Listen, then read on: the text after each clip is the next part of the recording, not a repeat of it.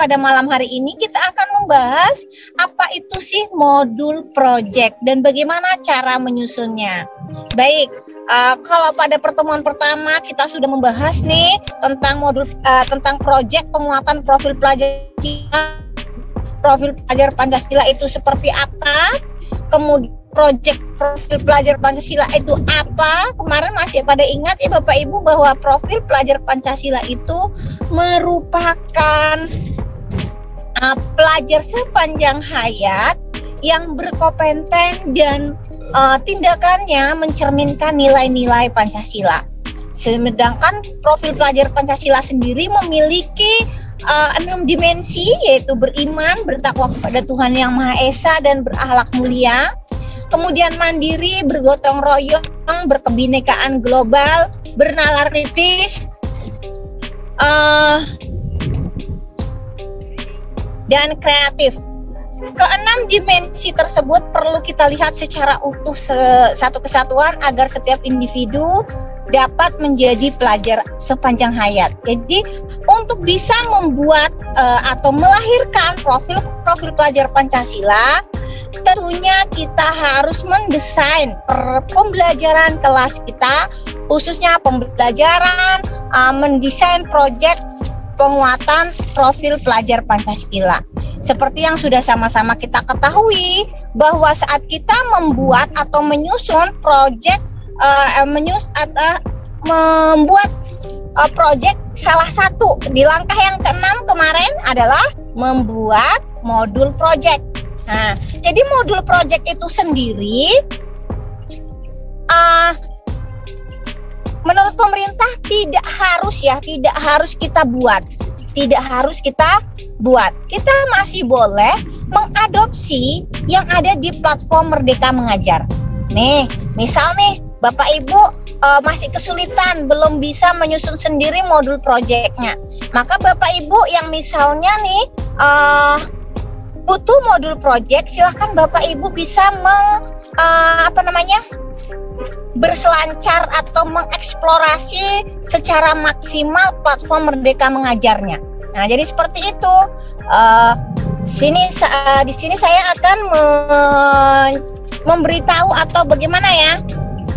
Sebentar saya stop share screen, tapi saya akan menampilkan cara kita untuk mendownload atau mendapatkan si modul project di dalam platform Merdeka Mengajar, karena kayaknya kemarin ada sebagian Bapak Ibu yang belum mengetahui apa sih itu platform Merdeka Mengajar. Jadi Bu, saya belum share screen ternyata. Oke, kita share screen. Kita cari dulu di pencarian Merdeka Mengajar. Ini sudah kelihatan ya Bapak Ibu, Merdeka Mengajar. Baru Bapak Ibu tarik bawah, pilih perangkat ajar. Nih, kita tinggal klik lihat perangkat ajar. Kemudian Bapak Ibu ingin cari apa? Ini bisa modul ajar atau bahan ajar, bisa buku, bisa modul project. Modul project sendiri berdasarkan fasenya Bapak Ibu. Apakah Bapak Ibu dari PAUD itu namanya fase pondasi. Kalau Bapak Ibu yang mengajar di kelas 1 dan kelas 2, Bapak Ibu bisa pilih fase A. Untuk yang kelas 3 sampai kelas 4, Bapak Ibu berarti pilih fase B. Tinggal pilih di sini saja Bapak Ibu. Nih, ada fase A, fase B, fase C, D, E, dan F. Kemudian ini kan untuk umum. Kalau Bapak Ibu yang di SMK tinggal pilih SMK. Bapak Ibu yang di SLB tinggal pilih yang SLB. Jadi seperti itu, baru diklik pilih. Kalau misalnya saya ambil fase A untuk umum, saya tinggal pilih seperti ini. Kemudian pilih temanya. Kemarin kan ada tema-tema yang bisa kita sajikan, ada gaya hidup berkelanjutan, kearifan lokal, Bhinneka Tunggal Ika, bangunlah jiwa raganya, rekayasa dan teknologi, atau kewirausahaan. Jadi pilih di sini. Jadi kalau pilih di sini, setelah itu Bapak Ibu tinggal klik misal gaya hidup berkelanjutan. Tinggal Bapak Ibu klik, pilih temanya. baru cari perangkat ajarnya. Nanti akan muncul sendiri Bapak Ibu mana yang perlu Bapak Ibu mau pakai, kira-kira yang sesuai. Nah, seperti kemarin kan sudah saya sampaikan nih bahwa itu namanya project itu harus kita sesuaikan dengan karakteristik, sesuaikan dengan isu-isu yang ada di sekitar kita. Misal daerah kita, misalnya daerah kita itu misalnya ada sampahnya banyak berserakan nih, sampah botol plastik. Jadi maka Bapak Ibu harus bisa membuat peserta didik kita bisa mengelola sampah plastik itu seperti apa.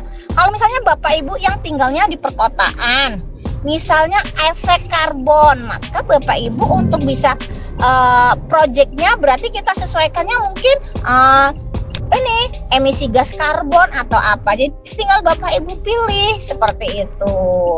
Kemudian kalau misalnya Bapak Ibu yang di tepi pantai mengurangi abrasi, gimana sih gaya hidup berkelanjutan yang kita terapkan? Mungkin kita bisa menggiatkan masyarakat di sekitar kita untuk melakukan penanaman buah mangrove misalnya dan lain sebagainya. Jadi memang harus kita sesuaikan dengan isu lingkungan yang sedang berkembang. Kalau misalnya dan kemarin ya ada beberapa pertanyaan, kebetulan karena kemarin kami ada pertemuan, jadi saya tidak bisa menjawab secara maksimal mungkin ya. Ini nanti kalau misalnya Bapak Ibu ada pertanyaan untuk materi kemarin yang boleh nanti Bapak Ibu silakan ditanyakan ya. Yang mungkin pertanyaannya kemarin karena di chat tertumpuk atau bagaimana, nanti diulang lagi aja pertanyaannya. Jadi kalau untuk yang ini boleh pertanyaan kita kali nanti yang pertemuan yang sebelumnya juga nggak masalah, artinya tidak sesuai, tidak harus sama dengan yang materi kita malam ini. Terima kasih. Jadi ini tadi ya Bapak Ibu, mohon maaf tadi kita lanjut lagi ke kemana tadi di komponen komponen inti yaitu tentang deskripsi singkat project. Jadi deskripsi singkat project tadi Bapak Ibu bisa melihat bisa menguraikan seperti apa project yang mau Bapak Ibu rancang, apa manfaatnya, apa sumbangsihnya, kenapa relevansinya dengan sekolah, bagaimana apa yang melatar belakanginya, itu boleh Bapak Ibu tuliskan di sana. Kemudian dimensi dan subelemen yang mau Bapak Ibu kembangkan. Kemarin kan sudah kita pilih nih, sekolah sudah memilihnya.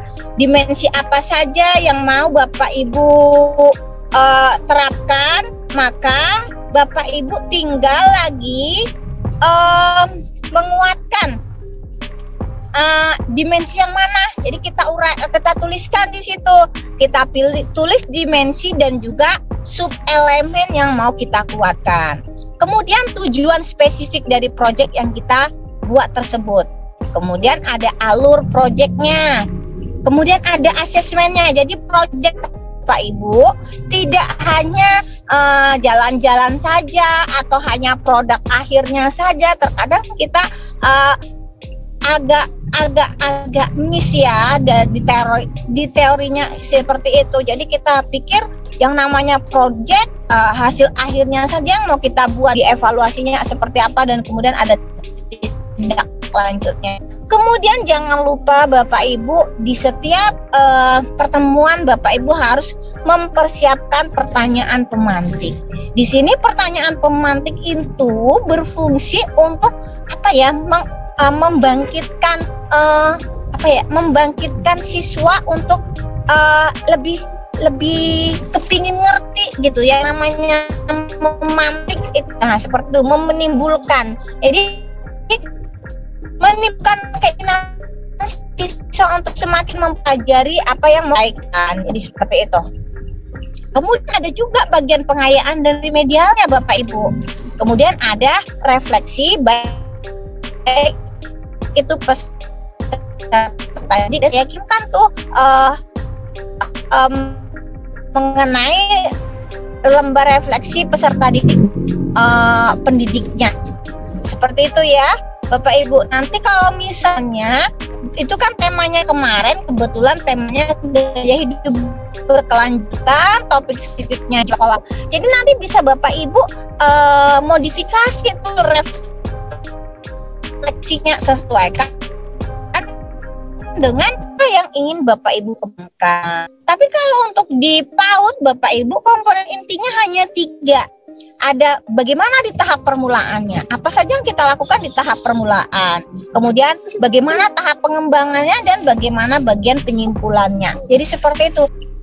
Kemudian tahapan alur kegiatan itu secara garis besar itu saya katakan tadi ada 4. Ada tahapan pengenalan, jadi kita mengenalkan proyek ini kepada siswa. Kita suruh membersihkan sampah atau mengolah sampah atau memilah sampah, tidak Bapak Ibu. Tapi kita harus mengenalkan kepada mereka kenapa pentingnya kita harus membuat proyek ini. Kenapa kita harus peduli dengan sampah kita. Artinya seperti yang kita sampaikan tadi, sampahku adalah tanggung jawabku. Jadi kita harus mengenalkan kepada mereka di tahap pertama ini. Bisa jadi ada 5 kegiatan yang bisa Bapak Ibu lakukan. Apa saja kegiatannya? Yaitu pertama, misalnya Bapak Ibu mengenalkan perubahan iklim dan masalah pengolahan sampah. Jadi kalau di sini apa saja yang bisa Bapak Ibu lakukan? Bapak Ibu bisa misalnya memberikan artikel atau menayangkan video atau menayangkan gambar mengenai pencemaran lingkungan, sampah yang menumpuk akibatnya. Banyak sekali yang bisa Bapak Ibu lakukan di tahap pengenalan ini. Di sini sudah ada Bapak Edi Suryadi, ada Ibu Eli juga. Nah, di sini mungkin bisa untuk sharing terlebih dahulu. Bapak Ibu yang sudah menerapkan nih, di sini bisa untuk sharing. Siapa tahu di sini bisa diberikan masukan juga oleh Ibu Supiani. Di sini udah ada 4 orang yang sudah menerapkan proyek profil Pancasila. Oh, boleh di juga, sini, boleh. Tadinya mau sharing. Oke, kita isi sharing dulu ya Bu ya. Mungkin dari satu orang dulu, selebihnya akan dilanjut nanti. Nah, di sini sekiranya yang bisa sharing di sini ada Ibu Eli Hidayati, Bapak Edi Suryadi, Ibu Alfi. Oh, hujan lebat. Waduh. Pak Johana juga. Nah, di sini mungkin dari Bapak Edi Suryadi dipersilahkan untuk unmute terlebih dahulu. Oke, baik. Dipersilahkan Bapak mungkin bisa sharing terkait dengan P5 yang dilaksanakan di sekolah Bapak. Ya, terima kasih. Bismillahirrahmanirrahim. Assalamualaikum warahmatullahi wabarakatuh. Waalaikumsalam warahmatullahi wabarakatuh. Kaitan dengan P5 ini, terus terangkan ini baru. Kebetulan sekolah saya mulai tahun ini, kelas 10 ya dimulainya, menerapkan kurikulum merdeka dengan kategori mandiri berbagi. Nah, tentunya ini berdasarkan pengalaman masa lalu. Kaitan dengan P5 ini, tentunya saya belum pernah melaksanakan kegiatan pelatihan kayak ini, baru saya mengikuti pelatihan. Cuman dalam melaksanakan P5 melihat dari panduan, kemudian dari contoh-contoh yang ada, kami menciptakan suatu model tersendiri berdasarkan pengalaman masa lalu. Saya berbicara yang pernah dilakukan mulai dari tahun 2005, kami gencar melaksanakan proyek-proyek yang tidak melihat latar belakang mata pelajaran. Kebetulan ada provider yang mendukung terhadap pendanaannya, ada Sampurna Foundation lewat Eko Youth-nya, kemudian CSHEP, Yayasan Hope Indonesia dan CSHEP. Nah, kebetulan salah satu proyek yang waktu itu pernah saya lakukan adalah melihat dari permasalahan yang ada. Jadi saat kita menjalankan suatu proyek, tentunya ada permasalahan kehidupan yang sulit dipecahkan, dan siswa harus mengenalkan permasalahan itu. Kebetulan saya mengajar geografi dan saya kolaborasi dengan matematik, dengan mata pelajaran fisika, kaitannya matematik yang artinya bersinggungan. Waktu itu saya mengusung permasalahan kaitan dengan salah satu solusi banjir, yaitu kaitan dengan tema lingkungan. Judul yang dibuat adalah lubang penyelamat. Jadi deskripsinya begini: lubang penyelamat itu sebelum gencarnya ada sumur resapan, saya membuat judul itu. Lubang penyelamat adalah suatu bangunan atau suatu tindakan teknis yang dilakukan oleh siapapun tatkala membangun rumah, itu dia harus teringat 3 lubang. Pertama, bagaimana mengelola limbahnya, bagaimana membuat sumurnya kalau memang itu tidak ada air PDAM. Kemudian bagaimana air limbahnya itu dibuang atau pengelolaannya limbah itu. Kemudian yang ketiga adalah tatkala terjadi hujan, itu air mau dialirkan kemana? Apakah langsung ke selokan? Enggak. Karena setiap terjadi hujan pasti akan ada runoff atau namanya air limpasan, yang sering ini menimbulkan banjir di lingkungan pemukiman. Nah, atas dasar itulah kami membuat satu proyek dengan anak-anak yang diberi judul adalah Lubang Penyelamat, dan alhamdulillah mendapat penghargaan dari CSF. Kemudian judul yang lainnya, melihat permasalahan isu-isu global kaitan dengan pembebadan hutan tahun 2005 itu, kami membuat judul Elgi Rimba, yang membuat suatu musikalisasi puisi sehingga anak bisa melahirkan album-album yang mengusung tentang keprihatinan terhadap hutan kita. Kemudian sebelum gencarnya pemerintah menggencarkan lubang biopori, kami sudah membuat suatu judul kaitan dengan lingkungan tersebut, yaitu lubang busuk pori-pori bumi, dengan judulnya itu alhamdulillah juga bisa lolos. Kemudian kaitan dengan bagaimana menekankan pada cinta tanah air, kami membuat suatu proyek dengan anak-anak kaitan untuk mengenalkan titik-titik yang memiliki potensi-potensi untuk dikembangkan di setiap wilayah Indonesia. Itu dengan diberi judul If I Were the President of Indonesia, I Would.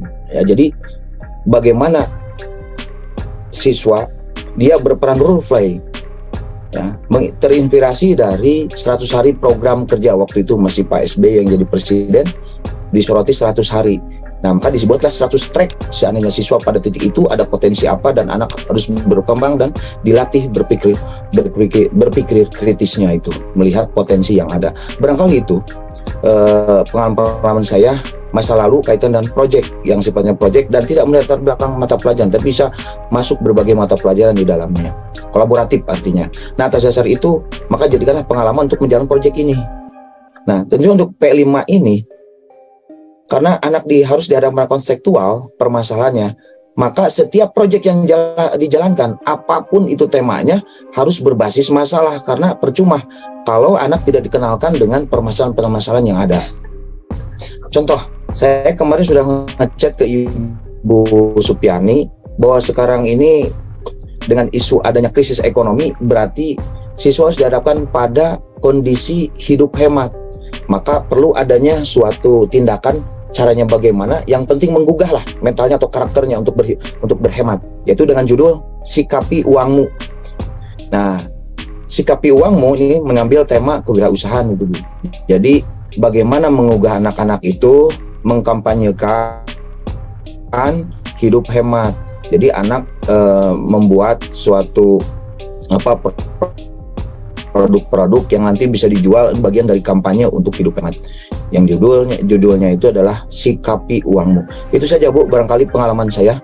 Jadi apapun temanya tetap harus menjadi solusi terhadap permasalahan kehidupan yang kita buat miniaturnya lewat P5 ini. Itu saja barangkali sharing dari saya. Terima kasih. Assalamualaikum warahmatullahi wabarakatuh. Waalaikumsalam warahmatullahi wabarakatuh. Wah, luar biasa banget nih proyeknya, kayaknya keren-keren banget nih yang udah dilakuin sama Bapak Edi Suryadi. Nah, di sini sepertinya Bu Supiani sudah siap Ibu untuk melanjutkan materi.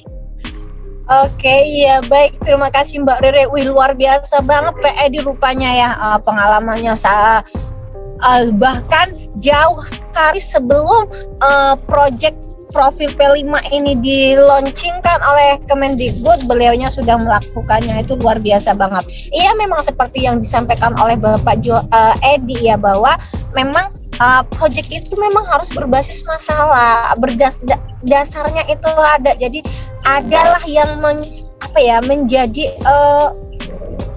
hasil akhirnya tuh terasa ada perbedaannya, karena memang dia untuk memecahkan sebuah permasalahan seperti itu.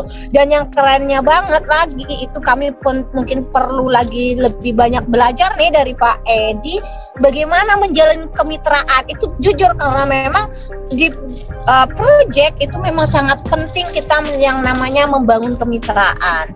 Jadi kalau itu memang saya masih agak minim untuk membangun kemitraan, apalagi mungkin ya karena mungkin kami di daerahnya pesisir kali ya Pak ya. Tapi nanti mungkin kami akan banyak bersharing nih dengan Pak Edi bagaimana sih bisa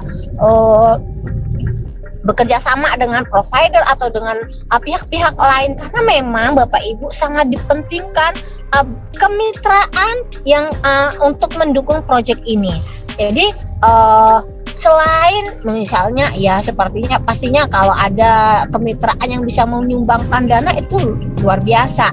Setidaknya minim-minimnya kita mengundang atau menjalin relasi dengan mereka, kita bisa juga mungkin menjadi narasumber, paling minimnya menjadi narasumber untuk keterlibatan pelaksanaan proyek yang ada di sekolah kita. Jadi gini, tadi kan di tahap awal ada pengenalan, ada eksplorasi isu ya seperti yang disampaikan oleh Bapak tadi. Kemudian ada refleksi. Jadi ingat Bapak Ibu, refleksi tidak harus hanya di akhir, tapi kita bisa melakukan kegiatan refleksi di awal juga sudah ada refleksinya, sehingga kita bisa melihat sampai di tahap ini apa sudah tercapai, apa yang kita rencanakan, apa yang menjadi kendala, gimana kita cara memperbaikinya ke depannya, jadi seperti itu. Kemudian selanjutnya mungkin ada melakukan kunjungan, karena kita kan berkaitan dengan sampah, maka mungkin siswa kita bawa ke tempat sampah itu, misalnya seperti itu. Seperti apa sih sampah itu, kenapa katanya sampah itu menjadi sebuah permasalahan dan sampah itu bisa menjadi sebuah income, kadang kalau kita bisa memanfaatkannya dengan baik. Maka itu tadi.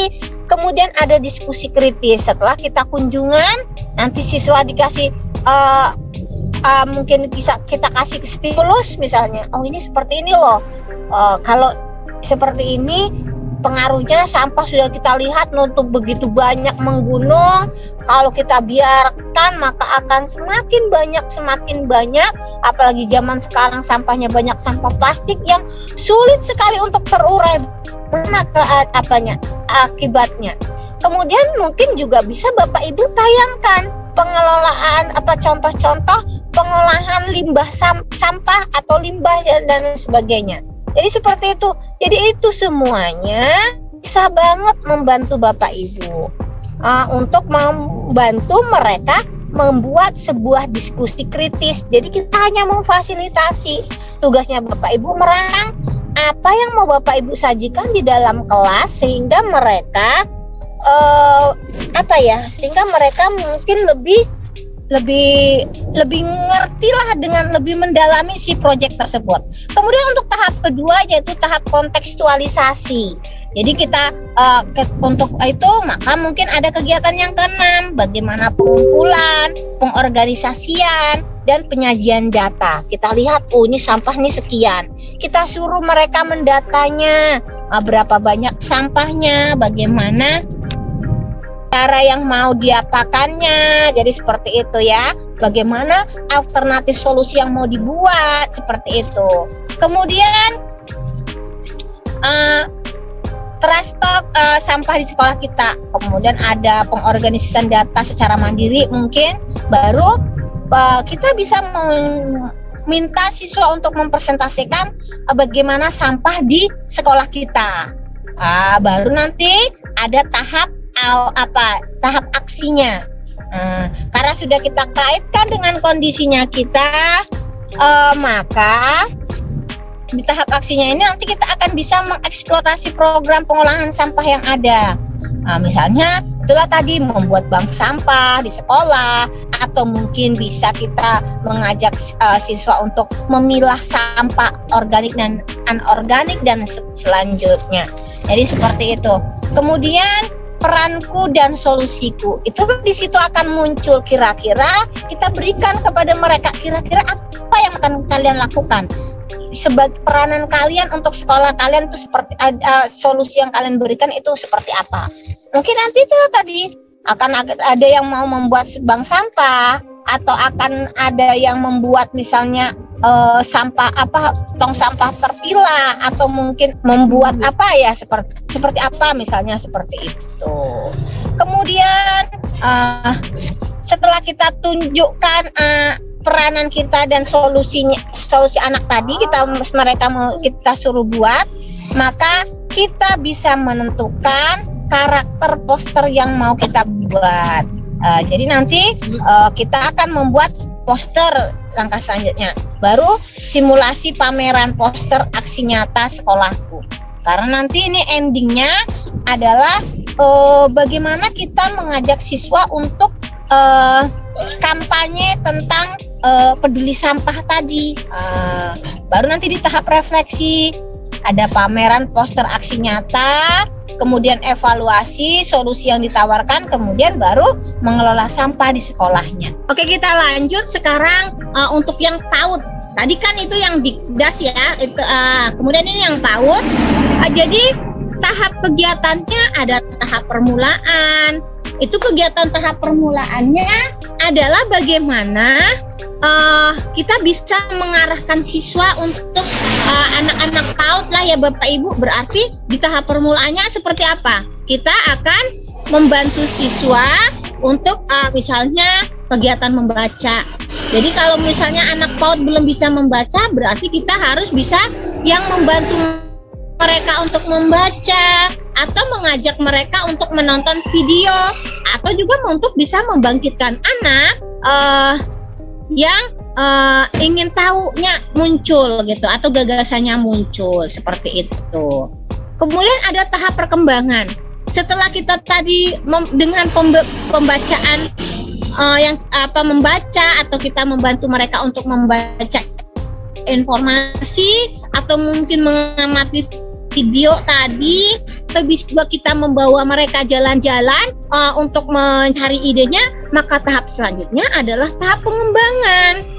Jadi di sini dukungan kita sebagai seorang guru atau orang dewasa itu bisa memberikan sebuah pemantik kepada mereka supaya mereka muncul. Contoh kalau tadi misalnya kita berkaitan dengan misalnya saya mimpi, kita bisa melihat bagaimana ini ada pohon ini daunnya patah, bagaimana kita merawatnya, kenapa pohon ini mati, kita perlu apa, itulah salah satu di tahap perkembangannya. Kemudian di tahap penyimpulan, atau kita di sini melakukan refleksi bersama anak. Jadi seperti itu. Jadi kita melakukan refleksi dan juga melakukan asesmen di sana. Jadi anak PAUD kok di asesmen juga sih Bu? Iya benar, anak PAUD bisa kita asesmen. Asesmen itu tidak harus dengan tes tertulis, tapi bisa dengan unjuk kerja, bisa dengan lembar pengamatan, amatan. Jadi kita atau observasi mereka. Jadi seperti itu. Oke, next Mbak Rere. Jadi untuk modul projectnya, ini contohnya seperti yang sudah dimonitor ya Bapak Ibu. Ada ini kalau kita mau nyari ini tadi di mana sih Bu dimensi elemen dan subelemen aja. Jadi di situ sudah ada yang namanya dimensi profil pelajar Pancasila. Jadi silahkan Bapak Ibu melihat di sana nanti di setiap fase ya, baik itu fase pondasi sampai fase F, itu semuanya ada ya. Jadi ini contohnya adalah elemen untuk mengenal dan menghargai budaya. Jadi ini alurnya adalah dimensinya berkebinekaan global. Jadi subelemennya ada mendalami budaya, itu ada yang untuk fase pondasi nih, ada fase A, fase B, fase C, fase D, fase E, dan fase F tentunya. Jadi di sini banyak sekali ada elemen-elemen yang akan kita buat. Jadi di masing-masing capaiannya ini nanti yang akan menjadi deskripsi capaian pada laporan project nanti, rapor projectnya nanti. Nah, jadi di sini nanti kan di laporan project itu deskripsi capaiannya ada belum berkembang, mulai berkembang, berkembang sesuai harapan dan berkembang sangat baik. Jadi yang capaian yang ada di sini nanti akan kita letakkan di namanya berkembang sesuai harapan. Oke, next Mbak Rere. Ya, ini adalah referensi perkembangan subelemen antar fase. Ini tadi yang saya katakan bahwa yang berkembang sesuai harapan ini isinya kadang-kadang kan kalau bunda-bunda yang ada di PAHOT ini paham banget nih bagaimana membuat ini. Tapi kalau misalnya yang guru SMP, terutama kalau guru matematika, kalau seperti saya memang sedikit kesulitan gitu. Karena kami yang orang matematika ini kesulitan merangkai kata, itu yang biasa kendalanya. Jadi yang perlu Bapak Ibu ingat adalah bahwa untuk yang capaian tadi yang ada di dimensi itu tinggal Bapak Ibu masukkan sebagai ini yang berkembang sesuai harapan. Ada pertanyaan dari Bu, baik itu dari materi pertama, kedua ataupun ketiga, ini nggak apa-apa, tetap kita tampung aja Mbak Rere. Oke, saya kembalikan ke Mbak Rere. Terima kasih atas pemaparan materinya dari Ibu Supiani. Nah, di sini Bapak Ibu yang ingin bertanya bisa banget ini buat bertanya dengan cara bisa dengan ketikan komentar pertanyaan ya, pertanyaan Bapak Ibu semuanya di kolom komentar Zoom. Lalu bagi Bapak Ibu yang mungkin bisa mau bertanya secara interaktif, bisa banget nih caranya dengan raise hand terlebih dahulu. Nanti bagi nama-nama yang saya sebutkan bisa untuk unmute seperti itu. Nah, di sini sudah ada Ibu Eli Hidayati. Nah, dipersilahkan Ibu Eli untuk unmute terlebih dahulu. Ya. Selamat malam Ibu Eli. Apakah bisa untuk on cam Ibu? Oh, on cam? Boleh bentar. Udah? Bisa ya? Oke, baik. Iya. Terima kasih atas waktunya. Ini tadi kan yang pertama Mbak tentang berbagi tentang P5 ya Mbak ya? Benar. Iya, benar. Nah, ini saya sudah melakukan P5 itu di SD fase A dan fase B ya. Yang saya lakukan adalah tentang ini kewirausahaan di fase A. Kebutuhanku hasil karyaku. Ini berawal dari ada salah seorang orang tua siswa yang memang dia gemar sekali mengolah barang-barang bekas menjadi barang-barang yang berguna. Misalkan dari bekas kopi, dari bekas permen dan sebagainya, dijadikan tikar, dijadikan itu, dijadikan ini. Nah, saya manfaatkan hal itu untuk dijadikan bekerja sama, berkolaborasi dengan mereka. Akhirnya terbentuklah sebuah kerjasama yang sangat solid antara kami dengan orang tua siswa membuat proyek. Alhamdulillah berhasil. Proyek itu menghias pensil untuk kelas fase A-nya. Kalau saya sih berbeda, fase A sama fase B berbeda. Kalau fase B-nya itu masih di kewirausahaan tapi menanam judulnya itu dapur toga gitu. Jadi istilahnya menanam untuk kebutuhan dapur dan kebutuhan tanaman obat keluarga. Alhamdulillah kedua-duanya kemarin sudah mengadakan aksi nyata, antusias sekali. Saya udah panen cabai yang kedua, walaupun ada kendalanya ada tidak semua pohon cabai yang ditanam oleh anak-anak kelas 4 untuk fase B tumbuh semua. Ada beberapa yang walaupun nanamnya bareng-bareng. Jadi alhamdulillah sudah panen cabai yang kedua nih. Udah dinikmati anak-anak yang memetiknya. Terus kendala-kendala itu akhirnya bisa dicarikan solusinya. Kenapa itu cabai daun keriting? Ternyata kan di pemupukannya yang mana terus ada penyakit dan sebagainya. Itu yang di kelas 4 ya. Untuk di kelas 1 yang fase A kelas sekolah saya berbeda nih, ngambil itunya hanya sama, cuman berbeda ini aja. Kebutuhanku, hasil karyaku yang kelas 1 tadi menghias pensil, mereka jual pensil itu jadi 2.500, walaupun tadinya kan nggak segitu ya, harganya murah, tapi dengan kreasi mereka hasilnya sangat bagus. Dan ada beberapa kreasi menghias pensil dari bulu ayam, menghias pensil dari barang-barang kain pecah, terus dari kain flanel dan sebagainya.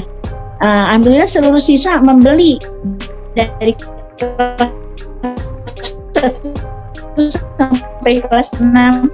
Jadi kewirausahaan itu dari awal di sekolah tujuannya adalah supaya tidak, gaya hidup mereka selanjutnya tidak konsumtif gitu ya, tetapi belajarlah dari dini bagaimana menghasilkan uang seperti apa, bersusah payahnya seperti apa. Adapun dimensi yang digunakan waktu kemarin itu adalah ada 3 ya, dimensi beriman, bertakwa kepada Tuhan Yang Maha Esa, mandiri, dan kreatif. Dari kekreatifan itu membuahkan hasil yang luar biasa ketika aksi nyata. Seluruh orang tua siswa hadir karena ikut bekerja sama, menjual hasil gitu ya, menjual hasil itu, dan dengan kelas yang tidak ikut mampu hasil karya juga yang bisa dijual gitu. Akhirnya ya dari pas begitu pengalaman saya, alhamdulillah sampai sekarang yang cabai udah panen 2 kali, yang itu sampai sekarang masih menyimpan barang-barang itu kan, barangkali yang namanya pensil kan suka habis, disimpan di koperasi sekolah gitu. Jadi masih ada yang beli,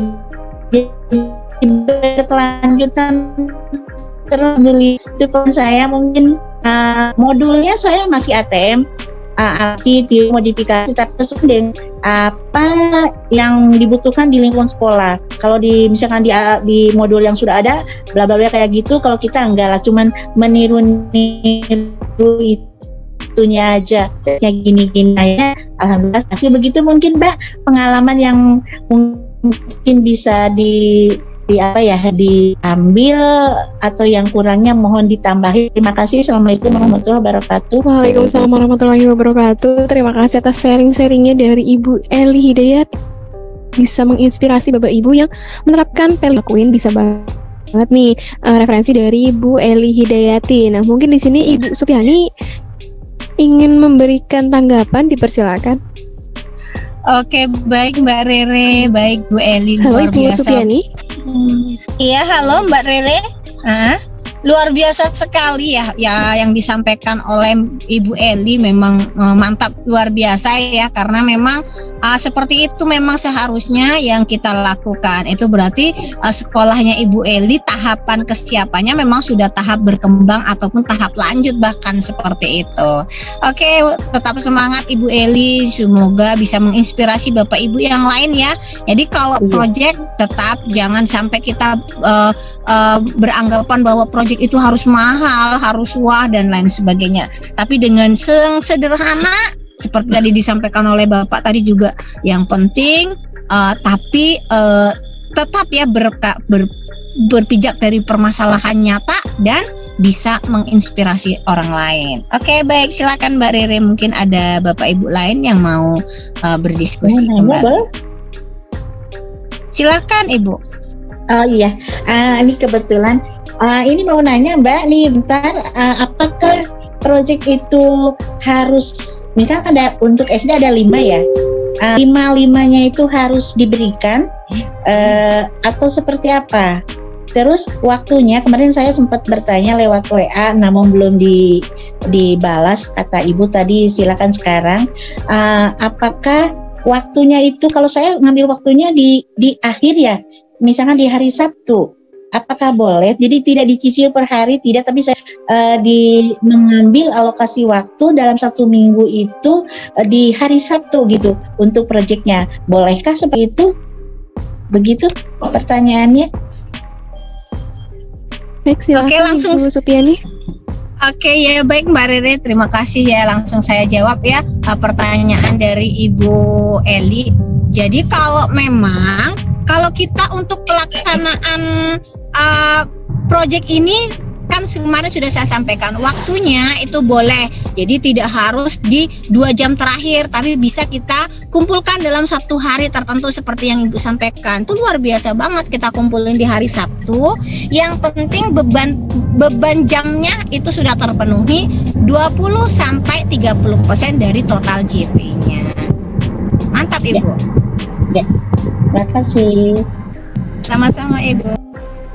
Baik, terima kasih atas penjelasannya Ibu Supiani. Di sini kita beralih ke penanya selanjutnya, yaitu di sini ada Ibu Ayu. Nah, dipersilakan Ibu Ayu untuk unmute dan juga on cam terlebih dahulu. Ya, terima kasih. Assalamualaikum warahmatullahi wabarakatuh. Dipersilakan Ibu Ayu. Halo, ya. Sudah terdengar suara saya? Sudah terdengar Ibu, sudah terdengar jelas. Terima kasih banyak atas waktunya. Saya mau bertanya dengan Ibu Supiani. Saya itu ngajar di SMK. Nah, di SMK itu kan ada 1 tema wajib dan 2 tema pilihan. Yang mau saya tanyakan itu adalah tema wajibnya itu kebekerjaan. Nah, untuk kelas 10 yang dulunya dari SMP kemudian ke SMK, di sekolah kami itu ada kunjungan industri. Apakah kunjungan industri itu sudah bisa diakui sebagai proyek kepekerjaan atau belum Ibu? Karena di kunjungan industri ini anak-anak nanti itu membuat laporan bagaimana di perusahaan tersebut cara sesuai dengan jurusan masing-masing gitu. Yang saya tanyakan itu Ibu Supiani. Terima kasih. Baik, terima kasih atas pertanyaannya Ibu Ayu. Dipersilakan Ibu Supiani untuk menanggapi. Oke, baik, terima kasih Mbak Rere, terima kasih Ibu Ayu. Jadi seperti ini. Jadi kalau kunjungan untuk ke tempat-tempat usaha itu merupakan sebahagian dari proyeknya. Jadi karena proyek kan tadi kita sudah tahu nih alurnya seperti apa, tinggal kita kemas lagi. Yang tadi tidak hanya kunjungan, tapi nanti akan kita kemas bagaimana kedepannya siswa ini supaya punya pikiran atau terbangun mindsetnya bagaimana nanti saat dia bisa menjadi menciptakan lapangan kerja atau mencari kerja, seperti dulu minimalnya mencari kerja. Tapi kalau bisa kan kita bisa menciptakan lapangan kerja. Jadi kan targetnya intinya kalau untuk tema kebekerjaan targetnya adalah siswa itu bisa paham seperti ini dunia kerja. Jadi seperti itu Ibu. Apakah sudah terjawab pertanyaannya Ibu? Tinggal dikemas lagi. Yang tadi Ibu sampaikan dengan kunjungan itu baru sebagian ya Ibu. Baru sebagian nanti, tapi kita bisa mengajak siswa untuk seperti yang tadi kan ada modul yang tadi saya alur kegiatannya tadi secara garis besar itu ada 4 tahapan. Itu kan baru sampai di tahap kunjungan. Jadi nanti tinggal bagaimana tahap aksi selanjutnya itu akan seperti apa. Itu Ibu. Ya, Ibu Supiani. Terima kasih. Baik, di sini apakah ada yang ingin ditanya lagi Bu Ayu? Sudah cukup. Ya. Oke, baik. Di sini kita akan beralih ke penanya selanjutnya. Nah, di sini juga ada Ibu Mia Rosmiati. Dipersilahkan Ibu Mia untuk unmute dan juga on cam terlebih dahulu. Malam Ibu Mia. Malam, terima kasih Mbak Rere. Baik. Ini pertanyaannya sama Ibu. Gini ya, kemarin itu di semester awal itu kita udah ngerjain P5 untuk tema suara demokrasi. Nah, untuk yang kedua ini kan ada 3 tema yang harus dilaksanakan di kelas 10 ya kalau nggak salah.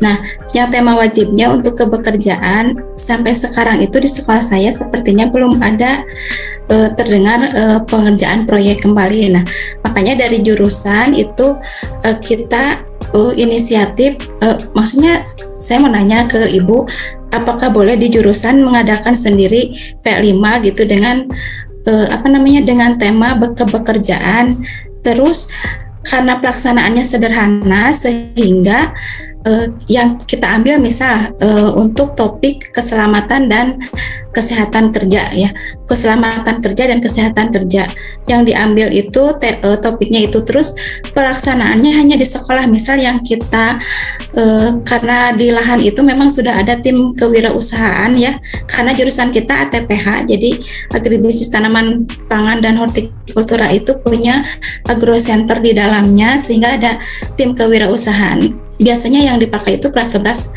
sama kelas 12. Nah, apakah bisa permasalahannya diambil dari sana, sehingga siswa kelas 10 itu mengamati aspek keselamatan kerja mereka gitu untuk kakak angkatannya sendiri. Jadi tidak ada seperti kunjungan industri keluar, mengingat untuk biaya dan hal lainnya, misal begitu Bu yang mau saya tanyakan gitu. Terima kasih. Baik, terima kasih atas pertanyaannya Ibu Mia Rosmiati. Dipersilakan Ibu Supiani untuk memberikan tanggapan. Oke, baik. Terima kasih Ibu Mia. Terima kasih Mbak Rere. Luar biasa sekali. Ya, benar sekali Ibu.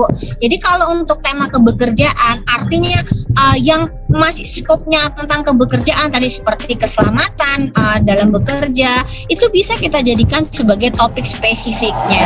Jadi kalau untuk kunjungan memang tidak harus Ibu, karena kan seperti kita sampaikan kemarin bahwa tingkat kesiapan sekolah dalam pelaksanaan proyek itu ada 3, awal, berkembang, dan lanjut. Kalau misalnya kita memang masih tahap awal, misalnya yang belum melibatkan orang lain, apalagi misalnya bukan nggak melibatkan, kita kan memang sudah ada tempatnya itu di sekolah kita sendiri, yang nggak jadi masalah Ibu. Itu kan bisa melihat, oh seperti ini cara Anika untuk perlindungan keselamatan bekerja itu seperti ini. Jadi itu sudah sangat bagus gitu, tinggal dilanjutin aja. Iya Bu, terima kasih. Nah, kalau misalnya tema kebekerjaan itu dengan jurusan lain itu berbeda, tidak apa-apa Bu. Kan ada 6 jurusan ya di sekolah saya, jadi saya tuh hanya memikirkan untuk jurusan saya dulu aja gitu, karena mengingat muridnya juga cukup banyak. Jadi saya membentuk tim sendiri untuk modul dari tema kebekerjaan itu. Jadi nggak apa-apa ya Bu. Jadi sebenarnya saya itu jadi ya udah jurusan lain mungkin ada yang koordinator tersendiri gitu, nggak apa-apa ya Bu kalau misal seperti itu, karena sampai saat ini kan ini udah bulan Februari ya, Maret, April, Mei itu belum terdengar. Jadi saya dari tim jurusan itu mau mengajukan sendiri ke kepala sekolah gitu untuk mengadakan P5 di jurusan gitu Bu. Terima kasih Bu. Oke, baik, terima kasih Ibu Mia. Jadi benar. Jadi kalau untuk tema, kalaupun misalnya nih temanya sudah kita ambil tema kebekerjaan, karena kita beda jurusan, beda topik, ya nggak apa-apa. Jangankan beda jurusan, yang kita satu, misalnya SMP nih, kelas 7A, 7B, 7C, kalau dia sudah bisa melaksanakan dengan tema sama tapi topik spesifiknya itu berbeda, itu malah yang sudah bagus, itu luar biasa. Jadi seperti itu. Jadi bagus apa yang Ibu rancang, kalau bisa segera dikomunikasikan dengan teman-teman yang lain, tim fasilitasi proyek, atau mungkin juga dilaporkan ke kepala sekolah, ini seperti ini Ibu atau Bapak. Jadi karena kita saya dari ketua jurusan, saya ambil inisiatif seperti ini, nanti jurusan ini seperti ini, nanti temanya atau topik tema ini, tapi topik spesifiknya seperti ini. Tinggal dikomunikasikan aja, insya Allah itu akan terfasilitasi nantinya seperti itu.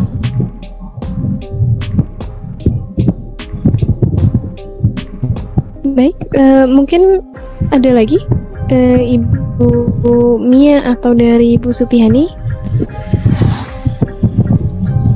Oke, sepertinya tidak ada ya. Nah, di sini mungkin kita akan beralih ke penanya selanjutnya. Jadi Bapak Ibu yang ingin bertanya masih bisa banget buat raise hand terlebih dahulu. Nah, mumpung masih saya buka, kapan lagi kita bisa diskusi secara online, secara langsung, bertanya secara interaktif. Nah, daripada Bapak Ibu bertanya di Telegram, ini manfaatkan kesempatan sebaik-baiknya untuk bertanya secara interaktif melalui Zoom ini. Nah, dipersilakan Bapak Ibu yang ingin bertanya bisa untuk raise hand terlebih dahulu. Bila sudah tidak ada, akan saya tutup dengan segera loh Bapak Ibu. Waduh, ini ada Ibu Ayu lagi nih. Ibu Ayu raise hand lagi, kenapa nih? Baik, mungkin Bu Ayu mau sharing atau mau bertanya, dipersilakan Ibu Ayu. Ya, terima kasih atas waktunya. Mohon maaf bertanya lagi. Menyambung dari apa tadi pertanyaan ataupun sharingnya dari Ibu Mia. Tadi di kepekerjaan itu kan ada K3, kemungkinan ada 5R juga. Seandainya di sekolah saya itu kan contohnya ada pintu ruangan yang rusak. Nah, seandainya anak-anak itu dikasih proyek untuk memperbaiki pintu dengan konsep K3 itu bagaimana? Boleh apa tidak ya Ibu? Terima kasih. Terima kasih Ibu Ayu. Mungkin dari Ibu Supiani bisa memberikan tanggapan. Oke, baik. Terima kasih Bu Ayu. Terima kasih Mbak Rere. Kalau boleh tahu K3 itu seperti apa ya Ibu? K3? Ya, keselamatan kerja. Oh, keselamatan kerja. Oke, ya. Oke, jadi tadi karena pintunya ya bermasalah. Jadi kalau kita kaitkan dengan pintu, sepertinya itu kalau untuk ke project masih kurang masih artinya memang betul, tapi itu nanti ranahnya itu adalah peremajaan atau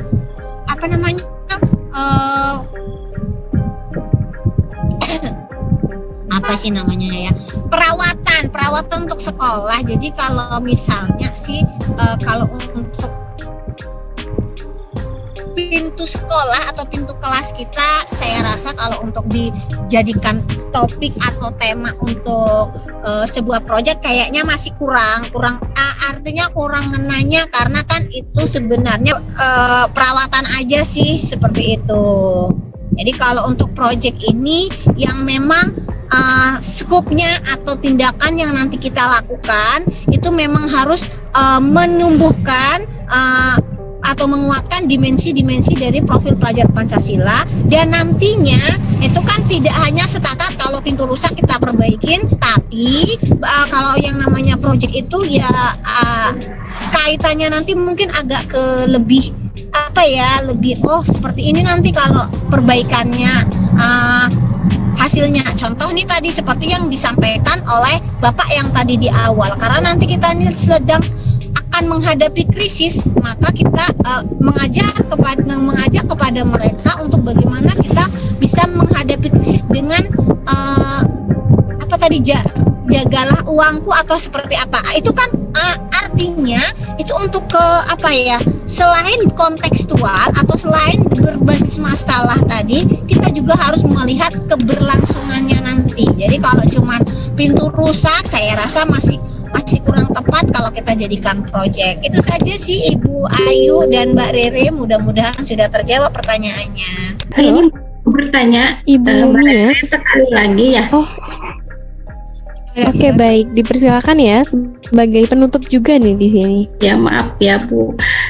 Ibu mau tanya, kalau penentuan dimensi kan jangan terlalu banyak ya, biar kita fokus. Nah, untuk penentuannya berarti kita yang menentukan yang relevan dengan tema yang akan kita ambil berarti ya, dengan permasalahan gitu Bu. Iya, betul. Nah, jadi untuk dimensi yang mau kita ambil itu kita konekkan atau kita matchingkan dengan topik spesifiknya. Jadi misalnya tadi tentang keselamatan, coba kita cari dimensi yang berkaitan dengan itu, seperti itu Ibu. Oh iya. Jadi bagaimana kita ya Bu ya? Iya, benar. Oh iya. Terima kasih Bu. Terima kasih kembali. Baik, terima kasih atas pertanyaannya di sini. Mungkin Bapak Ibu yang lain, kalau nggak ada yang bertanya, akan saya tutup nih. Silakan saya beri kesempatan 1 menit lagi bagi Bapak Ibu yang ingin bertanya, bisa mengetikkan pertanyaannya di kolom komentar atau dengan cara raise hand terlebih dahulu. Nanti akan dibacakan pertanyaannya atau akan bisa bertanya secara interaktif langsung melalui. Baik, ini sepertinya sudah kayaknya istirahat ini. Selesai UN hari Minggu. Semoga pembelajaran yang hari ini kita lakukan bisa diserap dengan baik oleh Bapak Ibu semuanya. Nah, berhubung waktunya juga sudah mendekati jam selesai, mungkin di sini untuk mengakhiri sesi tanya jawab dari Ibu Supiani bisa memberikan motivasi untuk seluruh Bapak Ibu yang hadir pada malam hari ini. Dipersilahkan Ibu Supiani untuk memberikan closing statement atau motivasi. Oke, baik. Terima kasih Mbak Rere, terima kasih Bapak Ibu yang luar biasa. Tidak terasa ya, kita sudah sampai di penghujung acara. Jadi kalau untuk pelaksanaan proyek ini ya, mungkin sedikit pesan dari saya. Yang pertama nih, ada 3 poin penting yang perlu kita perhatikan saat kita membuat sebuah proyek. Yang pertama nih, kita harus memang berangkat dari sebuah permasalahan nyata, kemudian ada berlanjutan, dan kemudian ya kita apakan tadi ya, ada kita jalin kemitraan. Jadi memang penting sekali 3 poin ini untuk kita bisa sampaikan, kita tetap laksanakan ya dalam pelaksanaan proyek. Proyek tidak harus mahal Bapak Ibu, tapi proyek penguatan profil pelajar Pancasila adalah ya proyek di mana kita ingin menguatkan dimensi-dimensi pelajar Pancasila. Jadi yang mau kita kuatkan, yang mau kita adalah karakter. Jadi untuk karakter itu butuh pembiasaan. Jadi kita harus bisa dengan ya prinsip ekonomi lah, dengan modal sedikit-sedikitnya, tapi kalau bisa kita mendapatkan hasil yang luar biasa. Artinya walaupun mungkin dengan dana yang minimal, tapi kita bisa menciptakan karakter-karakter anak bangsa yang nantinya akan menjadi sebuah aset negara yang sangat berharga. Mungkin itu saja yang bisa saya sampaikan. Kurang lebih saya mohon maaf, apalagi mungkin saya ini juga kurang maksimal untuk melayani Bapak Ibu. Saya mohon maaf sekali lagi. Saya akhiri, wabillahi taufiq wal hidayah.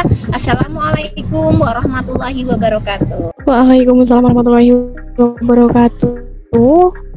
Luar biasa banget Putih di kelas selanjutnya, tentunya bersama dengan Ibu Supiani. Nah, di sini ingin menyampaikan informasi bahwa presensinya dibagikan di grup kegiatan Bapak Ibu semua. Saya ingin mengucapkan banyak terima kasih kepada Bapak Ibu guru semuanya yang sudah bersedia hadir di pertemuan ketiga kali ini. Semoga bisa bertemu kembali di diklat hari-hari berikutnya, tentunya dengan semangat yang lebih luar biasa, antusias yang juga tak kalah semangatnya dengan hari ini.